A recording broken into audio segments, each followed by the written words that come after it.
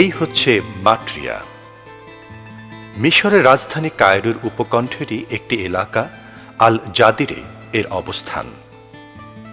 বিশ্বাস করা হয় যে হযরত ঈসা আলাইহিসসালামের মা মরিয়ম এই অঞ্চলে বসবাস করতেন। ইতিহাস অনুযায়ী মা মরিয়ম তার শিশু পুত্রকে নিয়ে অত্যাচারী প্যালেস্টাইন শাসকদের হাত থেকে আত্মরক্ষার জন্য মিশর গমন করেন। সেই সময়ে প্যালেস্টাইনের শাসনকর্তা ছিলেন কিং হ্যারিটাস।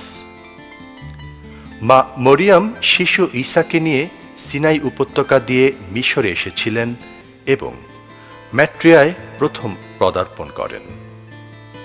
পরে সেখান থেকে মিশরের আরও ভিতরে এবং পরে একই পথ দিয়ে আবার ফিলিস্তিনে ফিরে যান। এই সেই ছায়াতরু যাকে এখন সাজারাতু মারিয়াম বা মরিয়াম বৃক্ষ বা ভার্জিন ট্রি বলে ডাকা হয়। প্যালেস্টাইন থেকে মিশরে যাওয়ার দীর্ঘ পথে মা মরিয়াম এই গাছের নিচে আশ্রয় নিয়েছিলেন প্রচণ্ড সূর্যতাপ থেকে শিশুপুত্রকে আড়াল করার জন্য। স্থানীয় বাসিন্দারাও এটিকে মরিয়াম বৃক্ষ বলে আখ্যায়িত করে থাকে। এই গাছটি বর্তমানে মিশর সরকারের ঐতিহাসিক নিদর্শন সংগ্রহ সংস্থার নিয়ন্ত্রণাধীন। এই স্থানে প্রবেশ মূল্য নির্ধারণ করা হয়েছে 2 মিশরীয় পাউন্ড। মরিয়ম ছিলেন তার পিতামাতার একমাত্র সন্তান। জীবনের শেষ বয়সে এসে তারা এক কন্যা সন্তানের মুখ দেখেন। গর্ভাবস্থায় মা প্রার্থনা করেছিলেন যে এবার যদি তারা একটি সন্তান লাভ করেন তাহলে তাকে আল্লাহর রাস্তায় জীবন অতিবাহিত করার জন্য উৎসর্গ করবেন। তাই জন্মের কিছুদিন পর মরিয়মকে বাইতুল মুকাদ্দাসে পাঠিয়ে দেয়া হয়। সেখানে তিনি তার চাচা হযরত জাকারিয়া আলাইহিসসালাম কর্তৃক লালিত পালিত হন। তিনি মরিয়মকে দ্বীনি শিক্ষায় শিক্ষিত করে তোলেন। একদিন এক ফেরেশতা আল্লাহর আদেশক্রমে মরিয়মের কাছে আসেন। ফেরেশতা তাকে কিছু অদ্ভুত বিস্ময়কর কথা শোনান। وَإِذْ قَالَتِ الْمَلَائِكَةُ يَا مَرْيَمُ إِنَّ اللَّهَ اصْطَفَاكِ وَطَهَّرَكِ وَاصْطَفَاكِ عَلَى نِسَاءِ الْعَالَمِينَ يَا مَرْيَمُ اقْنُتِي لِرَبِّكِ وَاسْجُدِي وَارْكَعِي مَعَ الرَّاكِعِينَ। হে মারিয়াম, আল্লাহ আপনাকে পছন্দ করেছেন এবং আপনাকে পবিত্র করেছেন। তিনি আপনাকে পৃথিবীর সব নারী জাতি থেকে বাছাই করেছেন। অতএব হে মারিয়াম, আপনি আপনার প্রভুর নিকট প্রার্থনা করুন নিবিষ্ট চিত্তে, তাঁকেই সিজদা করুন এবং বিশ্বাসীদের অন্তর্ভুক্ত থাকুন।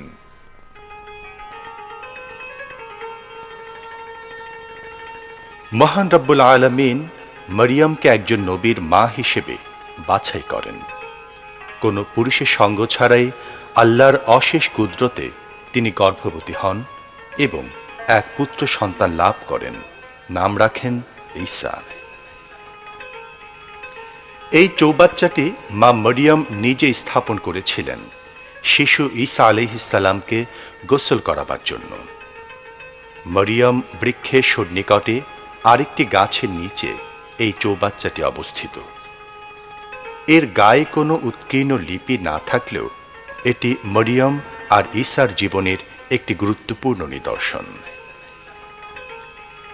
অবিবাহিত মরিয়মের ঘরে শিশু ঈসার জন্ম বাইতুল মুকাদ্দাসের লোকজনের মধ্যে বিরূপ প্রতিক্রিয়া সৃষ্টি করে। তারা তাকে অবৈধ সম্পর্কের দায়ে অভিযুক্ত করে এবং প্রচার করে যে মরিয়মের অনৈতিক সম্পর্কের ফল হচ্ছে এই শিশু। এই অবস্থায় আল্লাহর অশেষ রহমতে শিশু ঈসার জবান খুলে যায়। তিনি বলেন যে তার মা সম্পূর্ণ পবিত্র আছেন, কোনো অনৈতিকতা তাকে স্পর্শ করেনি। তিনি ভবিষ্যতে একজন নবী হবেন এবং বনী ইসরায়েলের নেতৃত্ব দেবেন। হযরত আদম আলাইহিসসালামের পিতামাতা কেউ ছিল না, তথাপি আল্লাহ তাঁকে সৃষ্টি করেছিলেন শুধুমাত্র কাদা মাটি থেকে। এক্ষেত্রেও তাই হয়েছে। পুরুষের সান্নিধ্য ছাড়া মরিয়মের গর্ভধারণ মহান আল্লাহর নিকট কোনো অসম্ভব বিষয় নয়।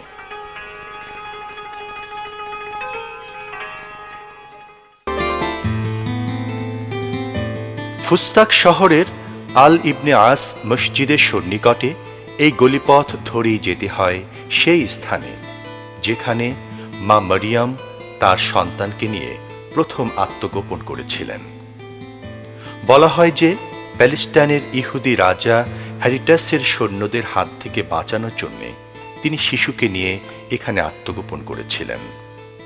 তবে এই স্থানটি সব সময় সবার জন্য উন্মুক্ত নয়। হ্যারিটাসের সৈন্যরা হন্যে হয়ে মরিয়ম আর ঈসাকে খুঁজছিল এই আশঙ্কায় যে এই শিশু একদিন বড় হয়ে রাজা হ্যারিটাসকে সিংহাসনচ্যুত করবে। হযরত ঈসা আলাইহিস সালাম স্বল্প সংখ্যক উলুল আজমি নবীদের মধ্যে তিনি একজন, যারা তাদের দায়িত্ব পালনকালে সমসাময়িক পরিবেশ, সমাজ ও রাষ্ট্র থেকে কঠিন চ্যালেঞ্জের মুখোমুখি হন।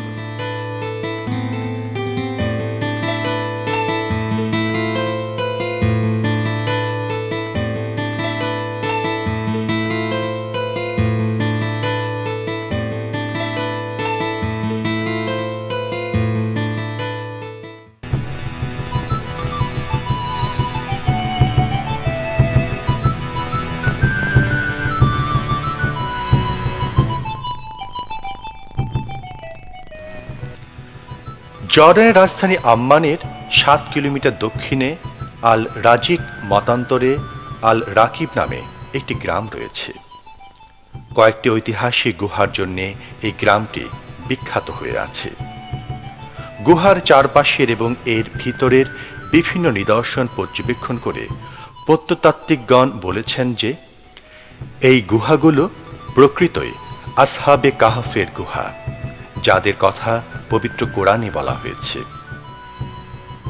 ঐতিহাসিক এবং প্রত্নতাত্ত্বিক গবেষণাতেও এই দাবির সপক্ষে প্রমাণ মেলে। আশেপাশের কিছু নিদর্শন এই গুহা সম্পর্কে পবিত্র কোরআনে যে বর্ণনা দেওয়া হয়েছে তারই সপক্ষে প্রমাণ দেয়।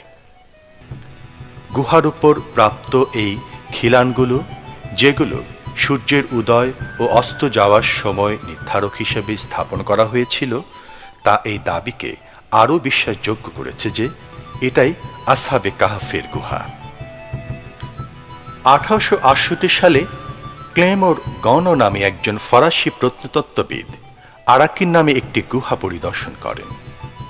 তিনি নিশ্চিত করেন যে বাইবেল, তাওরাত এবং কোরআনে আসহাবে কাহফ সম্পর্কে যে বর্ণনা দেওয়া হয়েছে এই গুহার সাথে তার পুরোপুরি মিল পাওয়া যায়।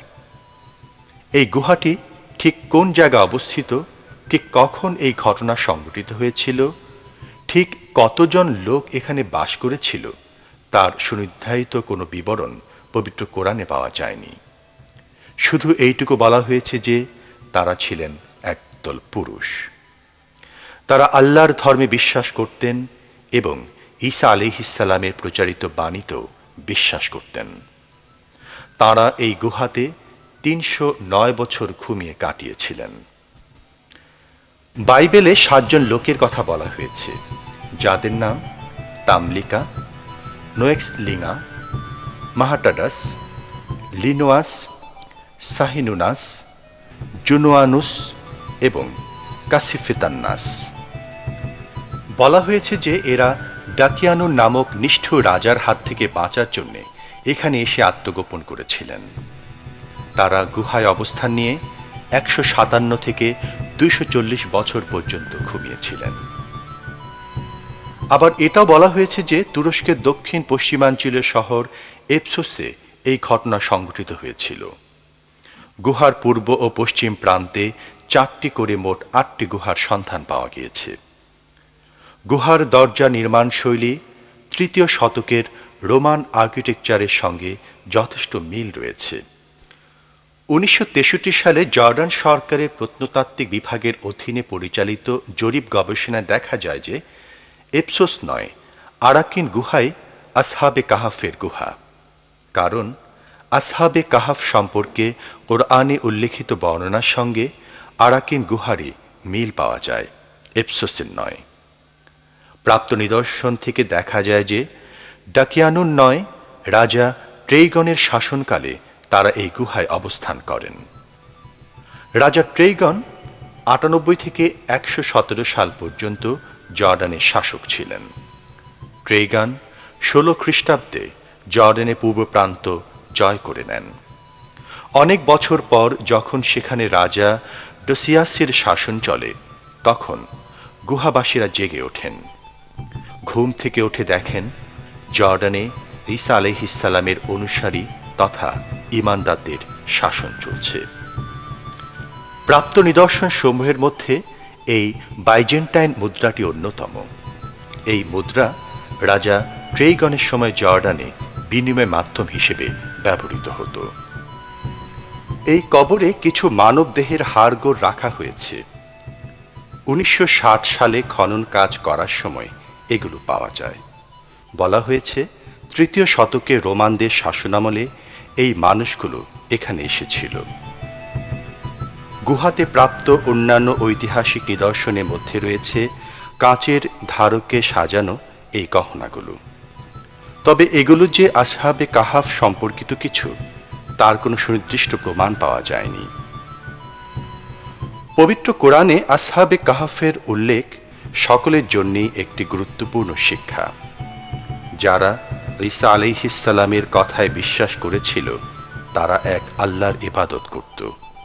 মহান রব্বুল আলামিন বলেন, إذ أوى الفتية إلى الكهف فقالوا ربنا آتنا من لدنك رحمة وهيئ لنا من أمرنا رشدا। যখন তারা কয়েকজন যুবক গুহায় আশ্রয় গ্রহণ করল এবং তারা বলল, হে আল্লাহ, আমাদেরকে বিশেষ রহমত দ্বারা ধন্য করো এবং সমস্ত ব্যাপারটি সুষ্ঠু ও সঠিক রূপে গড়ে দাও।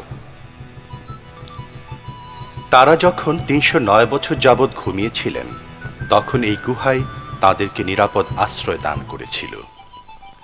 আল্লাহর করুণায় একটি অসম্ভব ব্যাপারই সম্ভব হল। ৩ শতাব্দী পরে ঈমানদারদের দ্বারা অত্যাচারিত শাসক সহ সকল মূর্তি উপাসকরা বিতাড়িত হল। এই ঘটনা মূলত সর্বশক্তিমান আল্লাহ রাব্বুল আলামিনের অসীম ক্ষমতা ও কুদরতের কথা স্মরণ করিয়ে দেয়। এই নিদর্শনগুলো এখন বিশ্বাসীদের জন্য অমূল্য সম্পদ।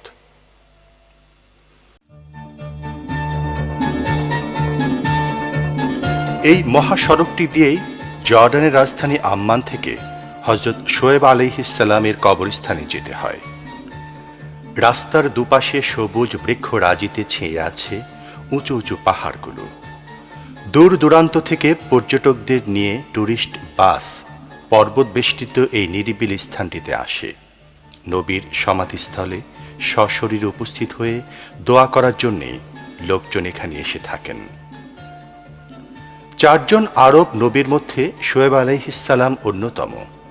অন্য ৩ জন হচ্ছেন হযরত হুদ আলাইহিসসালাম, হযরত সালেহ আলাইহিসসালাম এবং শেষ নবী হযরত মুহাম্মদ সাল্লাল্লাহু আলাইহি ওয়াসাল্লাম। হযরত শোয়েব আলাইহিসসালাম খুব ভালো বক্তা ছিলেন। এই জন্য তাকে হাকিবুল আম্বিয়া বলা হতো। শান এবং হিজাজের মধ্যবর্তী মিআন গ্রামে মাদিয়ানদের সঙ্গে তার অনুসারীরা বাস করত। এই হচ্ছে শোয়েব আলাইহিসসালামের কবর। ঐতিহাসিক নিদর্শন অনুযায়ী মাদিয়ানরা ছিল এক ব্যবসায়ী গোত্র, যারা প্রধানত হালিফা নামক স্থানে বাস করত। তারা এক আল্লাহর ইবাদত না করে বিভিন্ন দেবদেবীর উপাসনা করত। প্রতারণা ছিল তাদের ব্যবসার প্রধান কৌশল। প্রতারণার মাধ্যমেই তারা প্রচুর অর্থকড়ির মালিক হয়। এজন্যই আল্লাহ তাদের সঠিক পথে ফিরিয়ে আনার জন্যে নবী হিসেবে শোয়েব আলাইহিসসালামকে প্রেরণ করেন। তিনি তাদেরকে বাণিজ্যের ক্ষেত্রে সততা অবলম্বনের আহ্বান জানান। তিনি বলেন যে সৎ বাণিজ্যের স্বল্প লাভ অসৎ বাণিজ্যের অধিক লাভ থেকে ভালো। মুষ্টিমেয় কয়েকজন ব্যক্তি তার উপদেশ গ্রহণ করেছিল, বাকিরা বিভিন্ন হুমকি ধমকির মাধ্যমে সত্য অনুসারীদের কার্যক্রমকে দমন করার চেষ্টা করেছিল, কিন্তু শোয়েব আলাইহিসসালাম তার কাজে ক্ষান্ত দেননি, বরং আরও বলিষ্ঠতার সাথে তাদেরকে সত্য পথের দিকে আহ্বান জানাতে থাকেন। অবিশ্বাসীরা তারপরও তার কথায় কর্ণপাত করেনি। তারা শোয়েব আলাইহিসসালামকে চ্যালেঞ্জ দিয়ে বলে, যদি আপনার আল্লাহ সত্যিই হয়ে থাকেন তাহলে তাকে বলেন তিনি যেন আমাদের উপর দুর্যোগ প্রেরণ করেন। কিছুদিন অতিবাহিত হলে তারা তাকে প্রশ্নবাণে অতিষ্ঠ করে তোলে, কোথায় গেল আপনার খোদা, কেন কোনো দুর্যোগ তিনি আমাদের উপর দিতে পারেননি ইত্যাদি। আল্লাহ শোয়েব আলাইহিসসালামকে তার অনুসারীদের সহ গ্রাম ছেড়ে অন্যত্র চলে যাবার জন্য নির্দেশ দেন। পবিত্র কোরআনে মাদিয়ান সম্প্রদায়ের কথা উল্লেখ করা হয়েছে। وإلى مدين أخاهم شعيبا قال يا قوم اعبدوا الله ما لكم من إله غيره ولا تنقصوا المكيال والميزان إني أراكم بخير وإني أخاف عليكم عذاب يوم محيط। মাদিয়ান সম্প্রদায়ের নিকট আমি শোয়েবকে প্রেরণ করলাম, যে তাদেরই অন্যতম ভাই। তিনি বললেন, হে আমার জাতি, সর্বশক্তিমান আল্লাহর ইবাদত করো, তিনি ছাড়া আমাদের আর কোনো ইলাহ নাই। আর ওজন ও পরিমাপে কম দিও না। আমি তোমাদের আজ ভালো অবস্থায় দেখছি, কিন্তু ভয় হয় কাল তোমাদের উপর এমন দিন আসবে যার আযাব তোমাদেরকে ঘিরে ধরবে। অবশেষে আল্লাহর ইচ্ছায় মাদিয়ানের আকাশে একখণ্ড মেঘ জমা হল। লোকজন ভাবল যে তাদের উপর আশীর্বাদ বর্ষিত হতে যাচ্ছে। তারা বুঝতে পারেনি যে এটি আশীর্বাদ নয়, বরং আল্লাহর অভিশাপ। একটিমাত্র বজ্রের শব্দে সমস্ত মাদিয়ান সম্প্রদায় মাটিতে লুটিয়ে পড়ল। এখানেই অবাধ্য মাদিয়ান সম্প্রদায়ের সমাপ্তি ঘটে। পৃথিবীর বুকে এই সম্প্রদায়ের কোনো অস্তিত্ব বিন্দুমাত্র অবশিষ্ট নেই। শুধুমাত্র শোয়েব আলাইহিসসালাম এবং তার কিছু অনুসারীর দেহ মোবারকের সন্ধান পাওয়া যায়।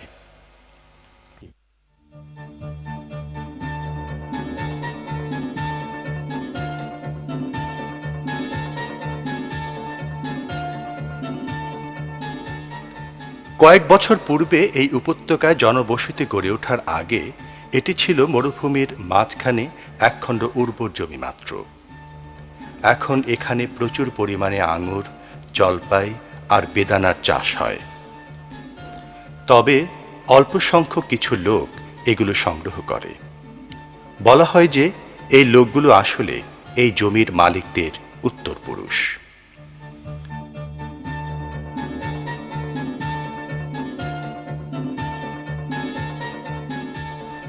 আল্লাহর গজবে মাদিয়ান সম্প্রদায় ধ্বংস হয়ে যাবার পর শোয়েব আলাইহিসসালাম এই স্থানে আশ্রয় নিয়েছিলেন। এই স্থানেই হযরত মুসা আলাইহিসসালাম হযরত শোয়েব আলাইহিসসালামের কন্যাকে বিয়ে করেছিলেন।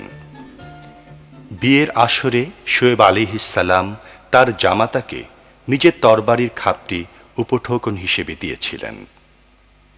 এই জমিটি অত্যন্ত উর্বর। বর্তমানে এখানে জর্ডানের অধিবাসীরা আবাস গড়ে তুলেছে। তারা এখানে ফল ফলাদি ও শাকসবজি উৎপন্ন করছে এবং পশুপালন করে নিজেদের ভাগ্য গড়ার চেষ্টা করছে।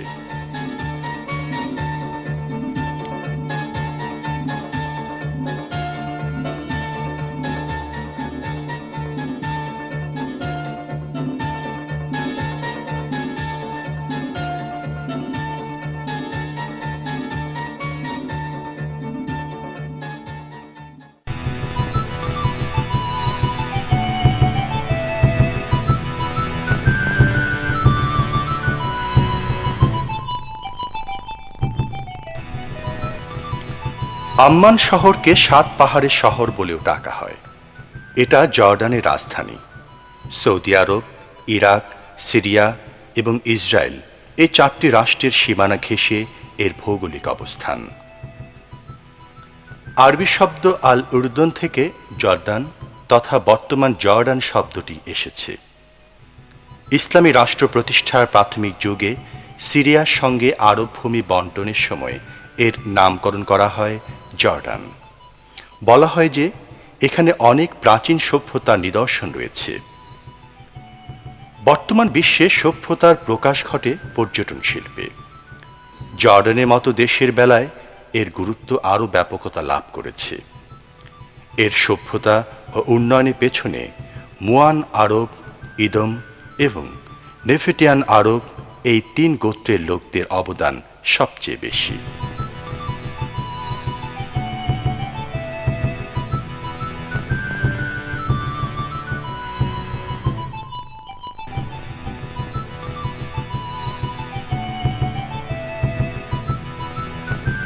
জর্ডানের যে স্থানটির কথা পবিত্র কোরআনে উল্লেখ করা হয়েছে সেটি হচ্ছে জুডি হিল বা জুডি পর্বত।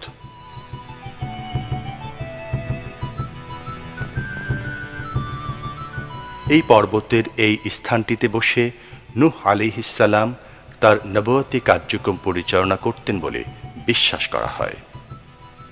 হযরত আদম এবং হযরত ইদ্রিস আলাইহিসসালামের পর নূহ আলাইহিসসালাম হচ্ছেন তৃতীয় নবী।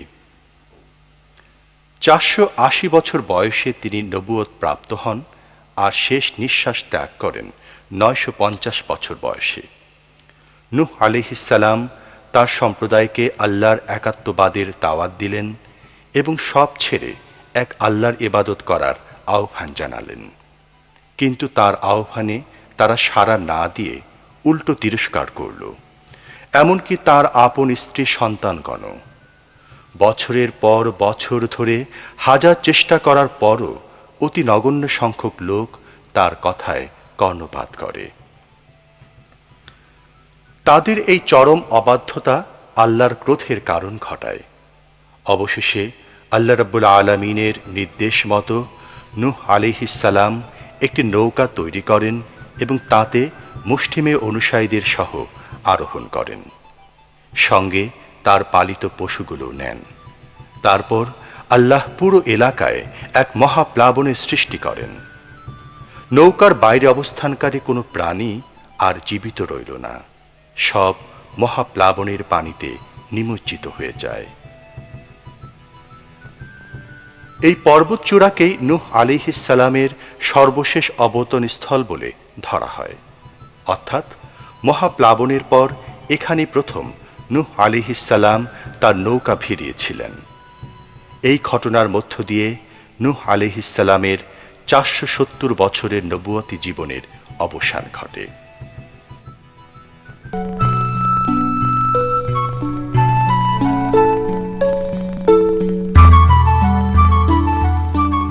ডেড সি বা মৃত সাগরের তীর দিয়ে ভ্রমণ প্রাকৃতিক সৌন্দর্য পিয়াসীদের নিকট একটি গুরুত্বপূর্ণ বিষয়।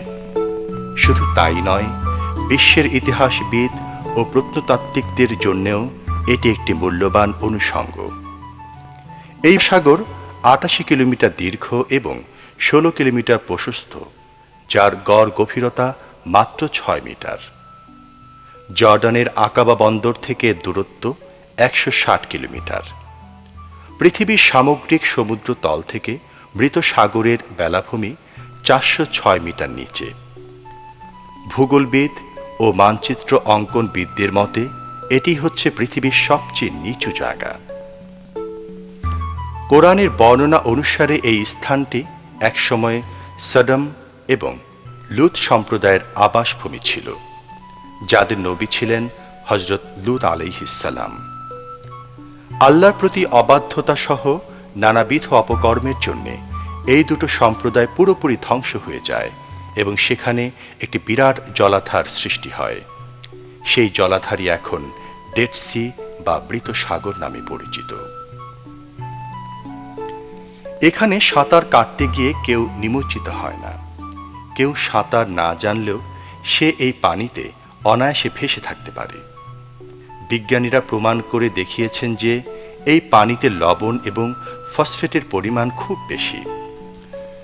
সমুদ্র তীরে জমে থাকা পাথরের উপর আছড়ে পড়া পানি থেকেই আমরা সেটা বুঝতে পারি।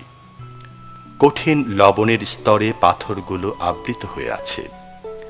এখনো পর্যন্ত পৃথিবীর কেউ এই অগভীর মৃত সাগরের তলায় যেতে পারেনি। কেউ অনুসন্ধান চালাতে পারেনি যে লুত আর সদম সম্প্রদায় কি ধনসম্পদ সেখানে ফেলে গিয়েছে।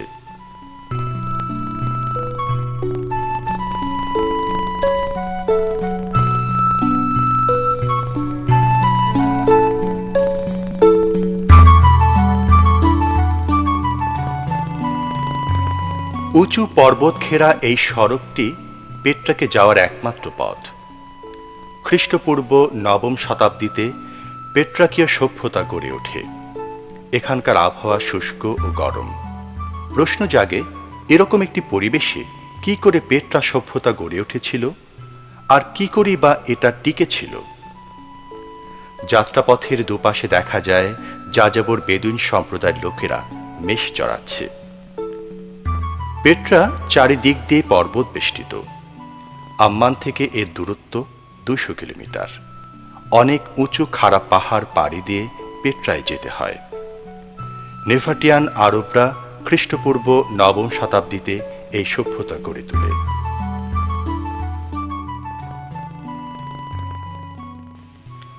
এই হচ্ছে জনৈক নেফাটিয়ানের সমাধিস্থল। ধারণা করা হয় যে 250 খ্রিস্টপূর্বাব্দে এই সমাধি নির্মাণ করা হয়। কবরগুলোর অবস্থান খুব চমৎকার একটি জায়গায়। নেফাটিয়ানদের উদ্দেশ্য ছিল এই কবরস্থানগুলোর পাশাপাশি তারা কিছু আশ্রয়স্থানও গড়ে তুলবে, কারণ দুর্গম পর্বত বেষ্টিত বিধায় জায়গাটি বেশ নিরাপদ।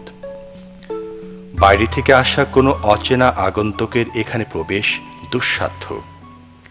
এখানে পাহাড় কেটে চমৎকার ঘর নির্মাণ করা হয়েছে। অনাকাঙ্ক্ষিত প্লাবন থেকে রক্ষা পাবার জন্যে এরকম পানি নিষ্কাশন পথও তৈরি করা হয়েছিল। 2টি উঁচু পাহাড়ের মধ্যবর্তী এই পথটির নাম সিক। এটা নেফাটিয়ানদের জহরতখানায় গিয়ে মিলিত হয়েছে। নিজেদের জীবন ও সম্পদের সুরক্ষার জন্যে নেফাটিয়ান সম্প্রদায় এই প্রাকৃতিক ব্যবস্থাকে খুব ভালোভাবে কাজে লাগিয়েছিল। কৌশলগত অবস্থানের কারণে নেফাটিয়ানদের আত্মরক্ষা ব্যবস্থা ছিল নিশ্ছিদ্র। 106 খ্রিস্টাব্দে রোমানরা প্রথমবারের মতো এই জায়গাটি দখল করতে সক্ষম হয়।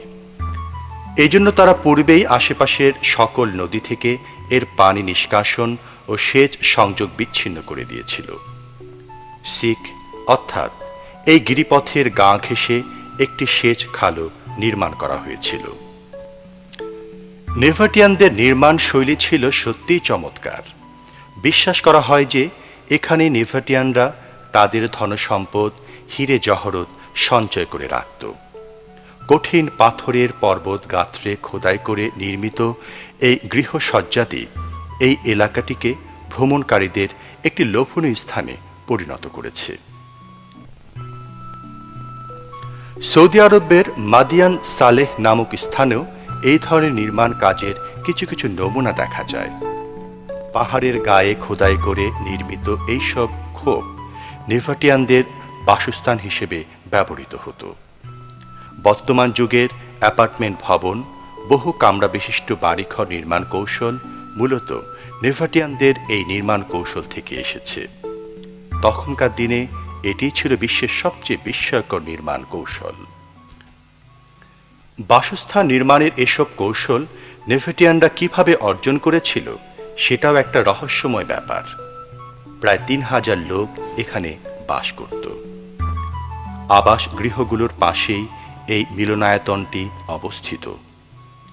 106 খ্রিস্টাব্দে রোমানরা পেট্রা জয় করার পর এই মিলনায়তনটি নির্মাণ করেছিল বলে ধারণা করা হয়। প্রায় 5000 লোক এখানে বসে অনুষ্ঠান উপভোগ করতে পারত। 330 খ্রিস্টাব্দে বাইজেন্টাইন যুগে এই স্থাপনাগুলোকে একবার মেরামত করা হয়েছিল। পরে জনসংখ্যা বৃদ্ধির প্রেক্ষাপটে আরও নতুন নতুন পাহাড় খোদাই করে গৃহ নির্মাণ করা হয় এবং পুরাতনগুলোকে আরও বড় করা হয়। 7ম শতাব্দীর শুরুর দিকে মুসলমানরা জর্ডান জয় করার পর এতদ অঞ্চলে রোমান আধিপত্য পুরোপুরি খর্ব হয়ে যায়। ফলশ্রুতিতে পেট্রার গুরুত্ব কমে যায়। তখন এই স্থানটি শুধু মক্কায় গমনকারী লোকদের বিশ্রামস্থল হিসেবে ব্যবহৃত হতো। নেভাটিয়ানদের এই নগর সভ্যতা 800 বছর টিকেছিল।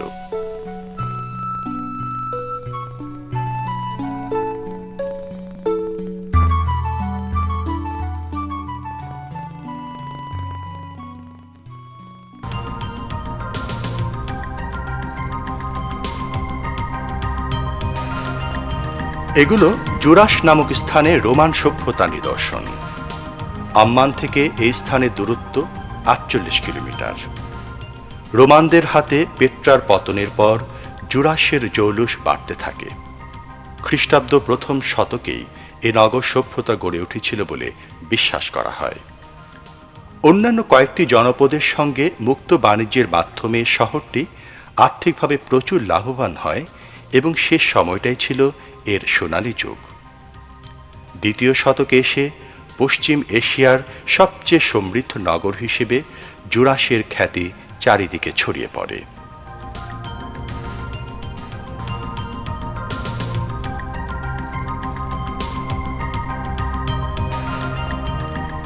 এই ঝর্ণাটির নাম নিমফিল। ছোট ছোট খালের মাধ্যমে এই ঝর্ণার পানি নগরের বিভিন্ন জায়গায় সরবরাহ করা হতো।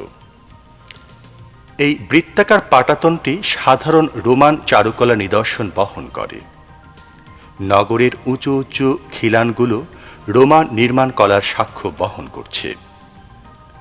এই খিলানগুলোর উচ্চতা 10 থেকে 20 মিটার। এই পিলারটির সবসময় কাঁপতে থাকে। গোড়ায় একটি ছুরি এভাবে স্থাপন করলে এর কম্পন অনুধাবন করা যায়। মোহাম্মদ মাহমুদ আল মুমানি নামে একটি ট্যুরিস্ট গাইডে বলা হয়েছে যে এই পিলারগুলোর স্থায়িত্ব বৃদ্ধির জন্য এর ভিতরে মার্কারি জাতীয় পদার্থ প্রবেশ করানো হয়েছে।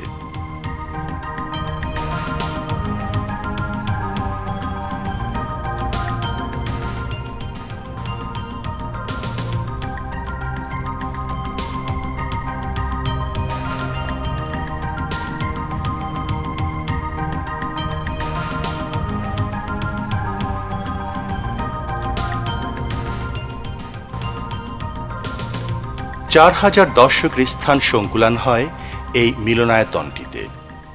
আজও এটি হুবহু পূর্বাপর অবস্থায় টিকে আছে।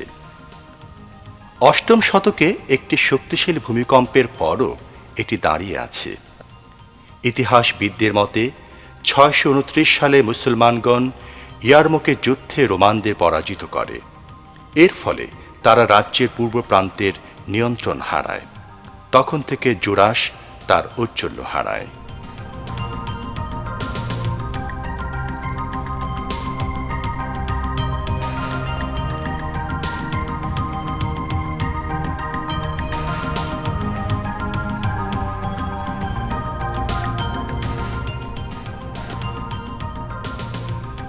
রাসূলুল্লাহ সাল্লাল্লাহু আলাইহি ওয়াসাল্লামের পালক পুত্র যায়েদ বিন হারিসের কবর এটি। তিনি মুতার যুদ্ধে মুসলমানদের সেনাপতি ছিলেন। 622 সালে এই যুদ্ধ সংঘটিত হয়।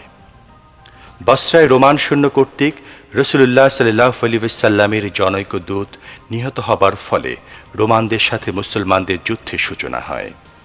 এই যুদ্ধে যায়েদ বিন হারিস রাদিয়াল্লাহু তাআলা আনহু বিস্ময়কর বীরত্ব ও সমরকুশলতার পরিচয় দেন। তিনি মাত্র 3000 মুসলিম যোদ্ধা নিয়ে 1 লক্ষ রোমান সৈন্যের সফল মোকাবেলা করেন। সৈন্য সংখ্যার দিক দিয়ে রোমানদেরকে অগ্রগণ্য মনে হলেও মুসলমানদের বীরত্বের নিকট পরাজয় ঘটে। যায়েদ বিন হারিস রাদিয়াল্লাহু তাআলা আনহু শেষ নিঃশ্বাস ত্যাগ করার আগ পর্যন্ত এই যুদ্ধে অবিচল ছিলেন। ইসলামকে রক্ষার জন্য যারা বীরত্বের সাথে শহীদ হয়েছেন, যায়েদ বিন হারিস তাদের অন্যতম। এটা হচ্ছে রাসূলুল্লাহ সাল্লাল্লাহু আলাইহি ওয়াসাল্লামের চাচা হযরত জাফর বিন আবু তালিব রাদিয়াল্লাহু তাআলা আনহুর কবর।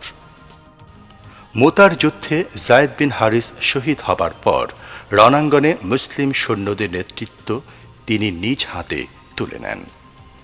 অসম সাহসিকতার সাথে ইসলামের পতাকা হাতে নিয়ে তিনি শত্রু সৈন্যদের একেবারে মুখোমুখি হয়ে যান। পতাকা ধারণ করার জন্যে তিনি তার ঘোড়ার লাগাম ছেড়ে দেন। যখন তার ডান হাতটি কাটা পড়ে যায় তখন বাঁ হাত দিয়ে তিনি পতাকা উত্তোলন করে রাখেন। বাঁ হাতটিও কাটা পড়লে শেষ নিঃশ্বাস ত্যাগ পর্যন্ত তিনি কোনো মতে পতাকাটি ঊর্ধ্বে তুলে ধরে রাখেন। যুদ্ধে হযরত জাফর বিন আবু তালেব রাদিয়াল্লাহু তাআলা আনহুর বীরত্ব রোমানদেরকে বিস্মিত করে। এটি হচ্ছে আব্দুল্লাহ বিন রাওহা রাদিয়াল্লাহু তাআলা আনহুর কবর। জাফর বিন আবু তালেবের শাহাদাতের পর তিনি হচ্ছেন মুতার যুদ্ধে তৃতীয় মুসলিম সেনাপতি। তিনিও শহীদ হওয়ার আগ পর্যন্ত ইসলামের পতাকা ধারণ করেছিলেন। মুতার যুদ্ধে মুসলমানদের ৩ জন সেনানায়ক শহীদ হন। এই পর্যায়ে এসে চতুর্থ সেনাপতি হিসেবে দায়িত্ব নেন খালিদ বিন ওয়ালিদ। এই সময় রোমানরা পশ্চাদপসরণ করতে শুরু করে। মুতার যুদ্ধ এটাই প্রমাণ করে যে এক আল্লাহর উপর ঈমান এনে মুসলমানগণ কতটুকু নির্ভীক আর আত্মত্যাগী হতে পেরেছিল। এই ৩ শহীদের উচ্চ নৈতিকতা আর তিতিক্ষার নিকট সকল ভয় ভীতির পরাজয় ঘটে। সুসজ্জিত বিশাল রোমান সেনাবাহিনী মুসলমানদের মনে এতটুকু ভীতি সৃষ্টি করতে পারেনি। মুতার যুদ্ধের অল্প কিছুদিন পরই জর্ডান ও পার্শ্ববর্তী অন্যান্য রাজ্য ইসলামী রাষ্ট্রের অন্তর্ভুক্ত হয়।